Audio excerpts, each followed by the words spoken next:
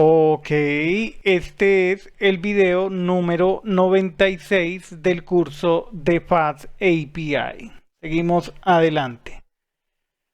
En el video anterior demostramos los principios de modelos extras, modelos adicionales. Nosotros creamos un modelo adicional que se llama User in DB. Es básicamente cómo se representan los datos en una base de datos relacional. Y en particular porque en la base de datos no almacenamos, no debemos almacenar lo que nos advierten acá arriba, el password tal cual como el usuario lo escribe. Debe encriptarse, debe generarse un hash. Listo, muy importante. Continuamos a partir de aquí.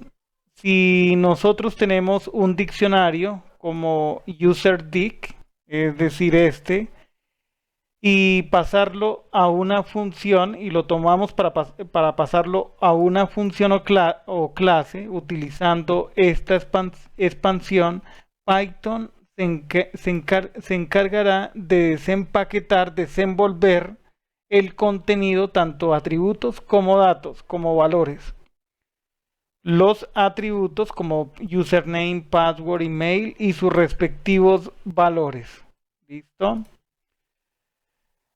Básicamente se pasarán como llaves y valores que están almacenados en el UserDict de este ejemplo y se mapean a llaves y valores, a argumentos, llaves de tipo llaves y valores. De tal manera que si utilizamos UserDict en el objeto UserInDB, como ocurre aquí, básicamente se expanden los argumentos y los valores de ese objeto y van a quedar aquí username, hash password, etcétera. Listo, ya está. Lo cual resultará en lo siguiente, UserInDB. Claro que en este caso password se almacena tal cual está. Dice aquí secret, el password. O más exactamente usando UserDict de esta forma. Es mucho más extensa que esta otra sintaxis, que es compacta respecto a esta segunda opción. Hay que tener en cuenta que UserInDB utiliza hashed password y no password. Habría que hacer un ajuste ahí. Creo que en la llamada aquí agregamos hashed password. Por eso necesitamos agregar ese atributo que se mapea a este atributo de los objetos de la clase UserInDB. Un modelo Pydantic de los contenidos de otros elementos. Como en el ejemplo anterior, tenemos un objeto una variable llamada UserDict que se crea a partir de esta expresión desde la llamada dict del objeto UserInDB. ¿Y por qué podemos utilizar la función dict? Porque heredamos de base model. ¿Listo? Entonces obtenemos el diccionario y ese diccionario lo expandimos para el objeto UserInDB, lo cual es equivalente a esto mismo. Se puede compactar en una única expresión, mucho más breve, conciso. Listo, listo. Avanzamos acá. Debido a que UserDict es un diccionario y luego utilizamos la sintaxis de doble asterisco para desempaquetarlo, desenvolverlo. De tal manera que obtenemos un modelo Pydantic desde los datos de otro modelo Pydantic.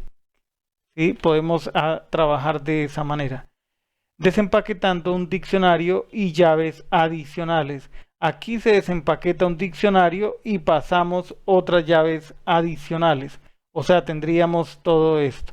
Si nosotros expandimos, o sea, esta es una forma, pensemos que es la representación A y esta es la representación B. ¿Cuál es más compacta? Esta misma. Nos quedamos con ella. Pero esta es más explícita, deja ver lo que está ocurriendo.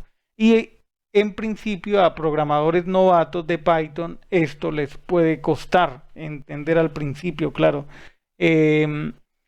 Y lo que uno suele ver cuando es principiante esta sintaxis, porque es mucho más explícita, estamos diciendo a qué argumentos asignar cuáles valores, mientras que acá no se dicta cuáles son los argumentos.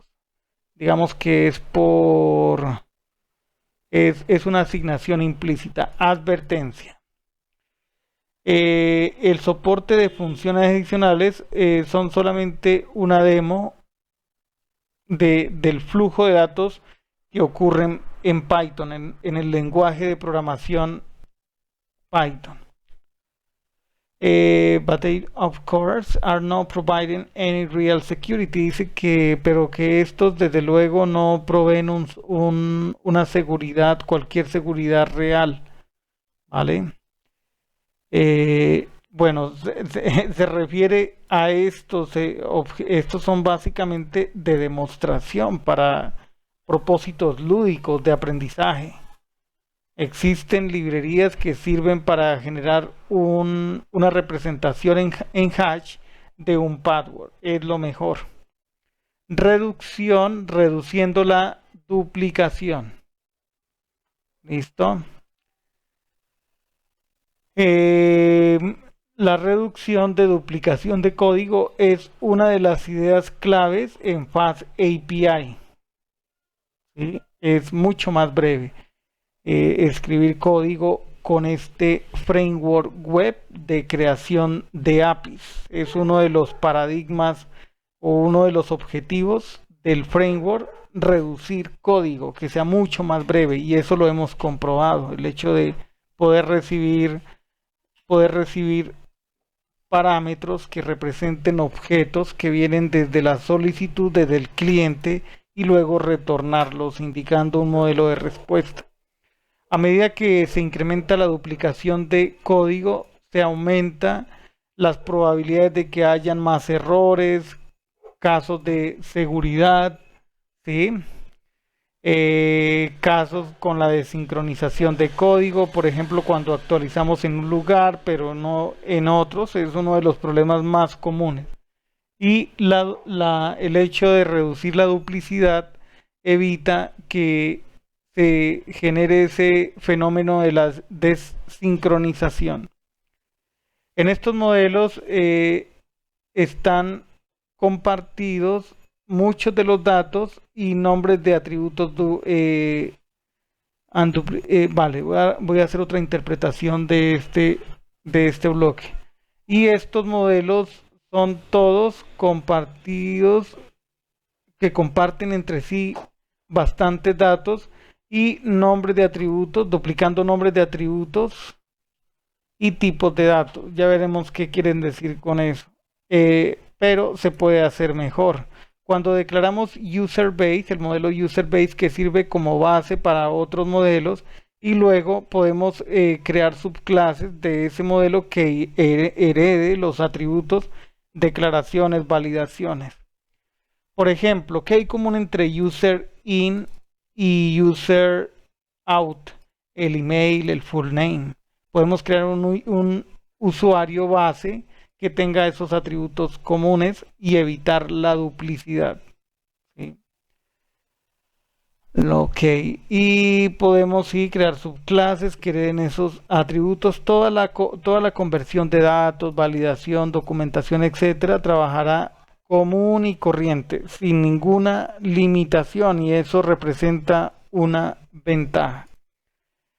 De esa manera podemos declarar solo los elementos que son diferenciales entre cada modelo, como por ejemplo password y hashed password, sin incluir password. Este es un ejemplo concreto. Podemos reproducir este código.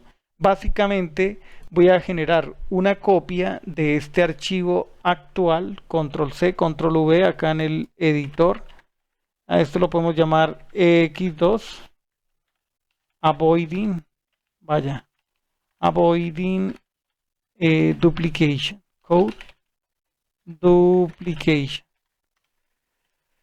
Ok, entonces podemos introducir la clase UserBase, que básicamente va a tener el username y el email y el full name, tres atributos.